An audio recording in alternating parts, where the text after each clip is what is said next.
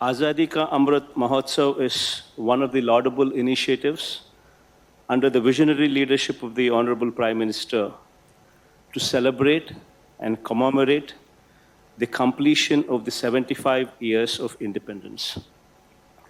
This Mahotsav has rightly provided an occasion to rejoice the nation's glorious past, its cultural, social, economic, and scientific achievements made during the admirable 75 years, and also to reaffirm our commitment to the nation's progress going forward 25 years into the future.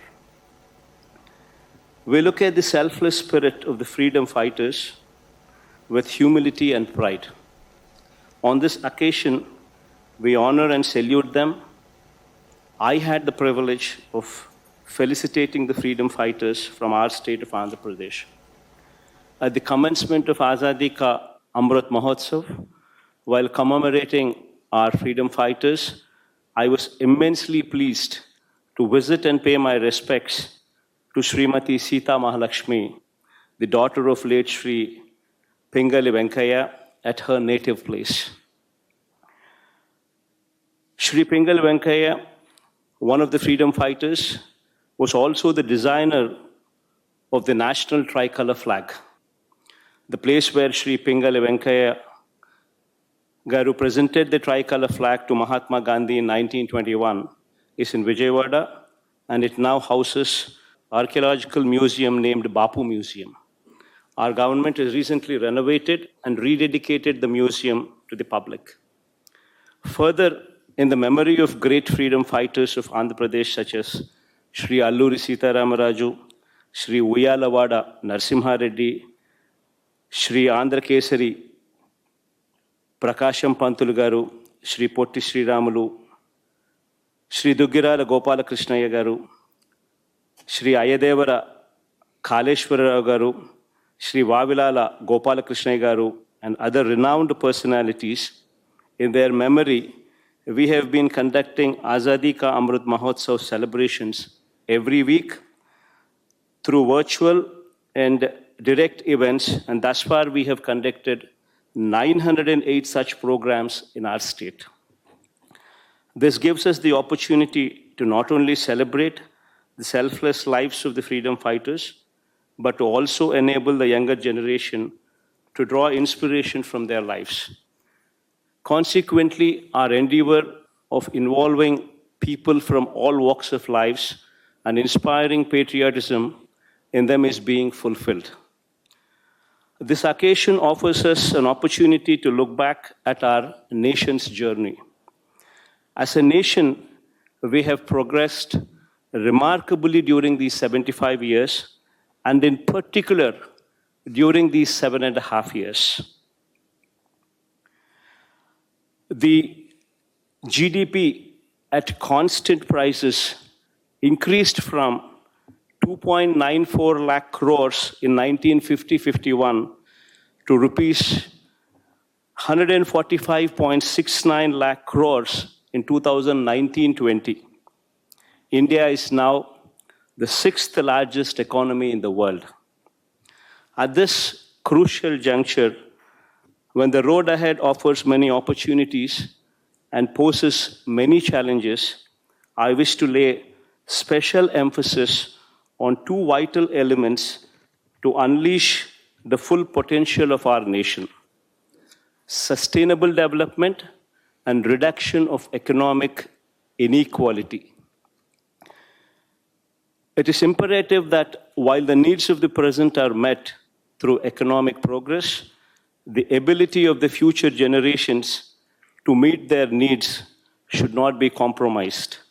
The energy sector plays a very key role in socio-economic development. Over the last 15 years, the country's installed power generation capacity has increased from 1,27,423 megawatt to 3,84,116 megawatt. More particularly, the thermal power generation capacity has increased from 83,982 megawatt to 2,34,058 megawatt during these 15 years, resulting in increased emissions of greenhouse gases, threatening the future generations. We have enormous responsibility to formulate policies that would eventually lead to phasing out of coal-based power generation and enhanced reliance on renewable sources for energy needs.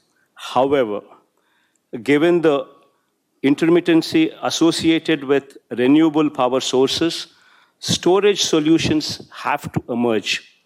This is essential to ensure the right balance is struck between meeting the power demand and achieving carbon neutrality. I take this opportunity to convey my appreciation for the initiative of the Honorable Prime Minister on this count. One sun, one world, one grid, popularly spoken as OS, OW, OG, aiming at harnessing clean energy and contributing to sustainable economic progress by facilitating exchange of power from two time zones. Maybe it's a dream today, but one day, considering the fact that the optical fiber grid is a reality, already connecting continents, transferring data, this power grid across continents is not a distant dream, especially when we have leaders like Shri Narendra Modi ji at the helm of affairs. With respect to the problem of economic inequality, I wish to put forth the following. Over the last few decades, several positive changes have taken place. We now have a legal framework conferring right to free education and food security. Increased number of our villages are being electrified and fiber connected to these villages with enhanced consciousness for cleanliness and personal hygiene, owing to the central government's resolve under the able guidance of Honorable Prime Minister. However, there is one problem that continues to haunt us. The economic growth has not sufficiently trickled down to the poor in the country. The recently published World Inequality Report 2022 estimates that top 10% and top 1% of the country's population hold 57% and 22% of the total national income, respectively. Income inequality would result in increased rural indebtedness, lower purchasing power, and reduction in rural aggregate demand. This is a serious problem that deserves immediate attention from all of us as policy makers. In the light of the fragility, the interventions must be made more impactful and identifying and effectively addressing the bottlenecks and thereby making inclusive economic growth possible.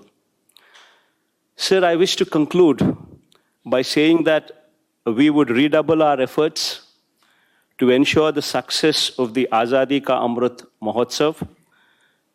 I convey my thanks for this opportunity.